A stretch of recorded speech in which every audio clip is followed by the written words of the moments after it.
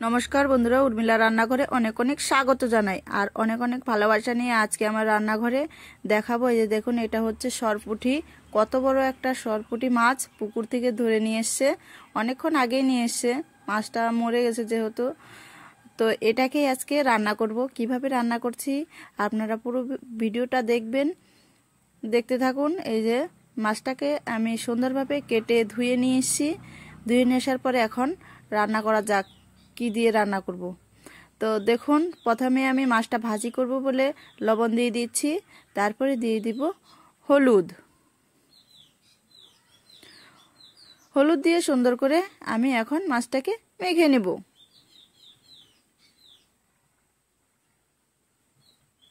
কত বড় মাছ দেখেছেন, এই প্রথমবার খাচ্ছি সরপুঁটি। আমি আজকে রান্না করব হচ্ছে পালং শাক দিয়ে সরপুঁটির ঝোল। তো কিভাবে রান্না করছি আপনারা দেখুন। প্রথম কড়াইটা বসিয়ে দিয়েছি, বসানোর পর আমি কড়াইয়ের মধ্যে সরষের তেল দিয়ে দিলাম মাছটা ভাজবো বলে। তারপরে দেখুন, একটা একটা করে মাছ দিয়ে দিচ্ছি আমি।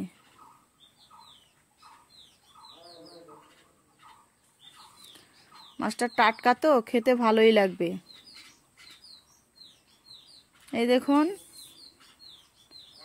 সম্পূর্ণ মাছ দেওয়া হয়ে গেল। এবার মাছটা আমি এখন উল্টে দেব। এই পিঠ ভাজি হয়ে গেছে, এবার মাছটাকে উল্টে নিচ্ছি।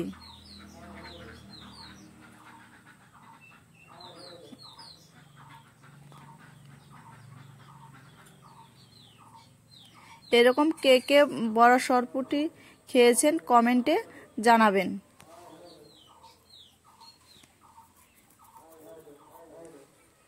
দেখুন, সুন্দর করে ভেজে নামিয়ে নিব এটা। আর হচ্ছে আজকে করব পালং শাক বাটা দিয়ে রান্নাটা করব। আপনারা দেখতে থাকুন কিভাবে করছি। পালং পুঁটি রান্না করব।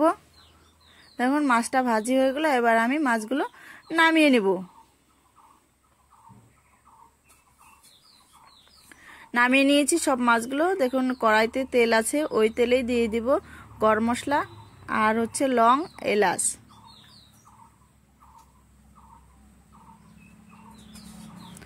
দিয়ে দেব পেঁয়াজ কুচি।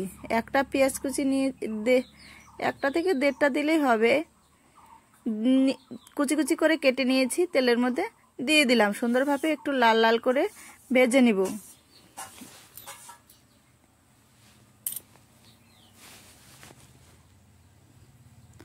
দেখুন, ভাজা হয়ে গেল লাল লাল করে। তখন এখানে দিয়ে দেব জিরে বাটা আর হচ্ছে আদা বাটা, দুইটা মিক্সার করে বেটেছি।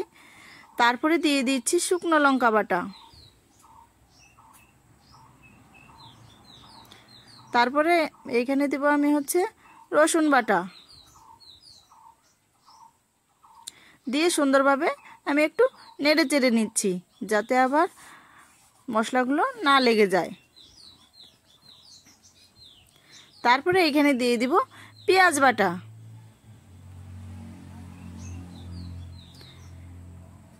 পেঁয়াজ বাটার পর দিয়ে দিচ্ছি স্বাদ মতো লবণ। লবণটা দিয়ে আমি সুন্দরভাবে নেড়ে চেড়ে নিচ্ছি।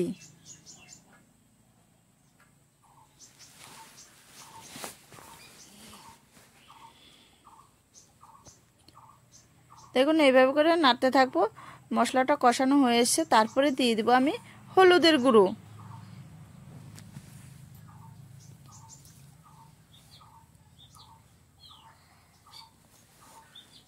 দেখুন, মশলাটা ভাজা হয়ে এসছে প্রায়। মশলা থেকে তেল ছেড়ে দিয়েছে। এখন আমি দিয়ে দিব জল।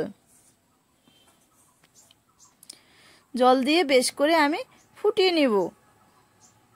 এরকম পালং পুঁটি, বড় সরপুঁটি দিয়ে রান্না করে দেখবেন, অবশ্যই কিন্তু টেস্ট লাগবে।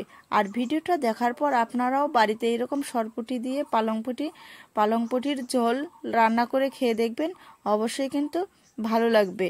আর ভালো লাগলে ভিডিওটাতে সাবস্ক্রাইব, লাইক আর কমেন্ট করে আপনারা সবাই পাশে থাকবেন। তারপরে যে দেখুন, ঝোলটা যখন ফুটলো তখন আমি দিয়ে দেব ওই মাছগুলো, ভেজে রাখা মাছগুলো।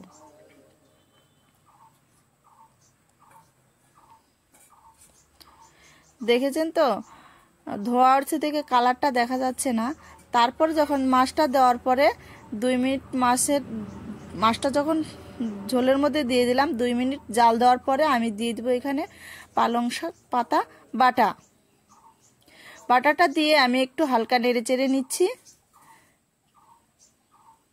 দেখেছেন তো, একবারে সবুজ কালার হয়ে গেল। কি দেখার পর আপনাদেরও এরকম রান্নার রেসিপি করার ইচ্ছা করছে তো? অবশ্যই ভিডিওটা দেখে আপনারাও এরকম রান্না করে খেয়ে দেখবেন। বড় সরপুঁটি দিয়ে, একবারে বড় সরপুঁটি, ওই পুঁটি দিয়ে খেয়ে দেখবেন, অবশ্যই ভালো লাগবে। এই দেখুন, তারপর আমি নামিয়ে নিয়েছি।